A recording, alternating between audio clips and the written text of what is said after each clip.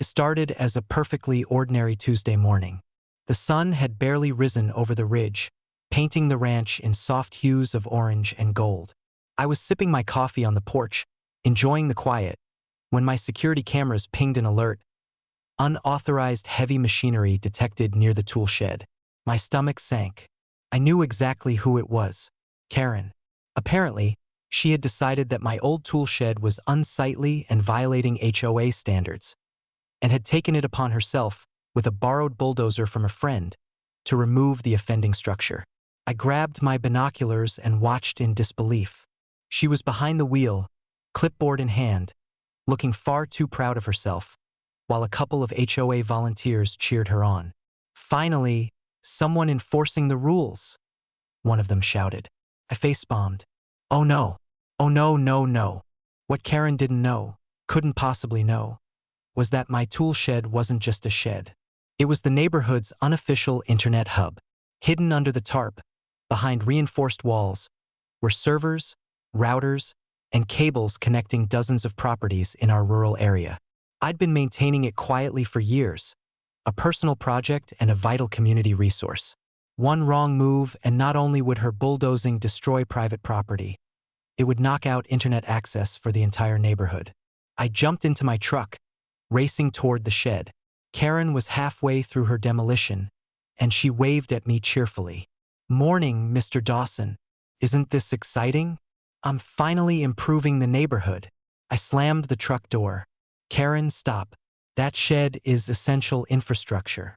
One more push and you'll be committing federal property destruction." Her smile faltered.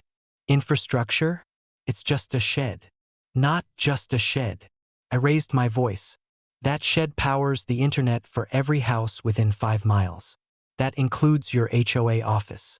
One wrong move, and you literally disconnect yourself from your own systems." Karen hesitated, a tiny sliver of doubt crossing her face. I could see the gears turning in her head, which is when Thor, my shepherd, entered the scene. He barked once, firmly, and positioned himself between her and the shed. "What? The dog's friendly, right?" Karen asked nervously. I shook my head. "Friendly doesn't apply to bulldozers or trespassers." By the time I reached the shed, Karen was stepping out of the bulldozer, muttering, I didn't know. I gestured to the servers and blinking lights. "Now you know. And the authorities might be very interested in why an HOA president attempted to demolish critical infrastructure without permission." Karen's face turned white. She called the HOA office frantically, only to be told by the board that they had no authority over my property, the tool shed, or the network it contained. The sheriff arrived shortly after.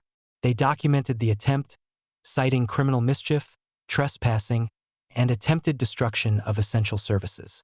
Karen tried to explain that she was maintaining neighborhood standards, but the officers were having none of it. I repaired the shed, checked every server, and even added a few extra security layers, including biometric locks and motion sensors that could trigger Thor to patrol automatically. By sunset, the neighborhood was back online. Karen was officially removed from all HOA duties for unauthorized property interference, and my shed remained standing, a small fortress of blinking lights and cables. I poured myself a drink, watching Thor circle the shed, tail wagging slightly in pride.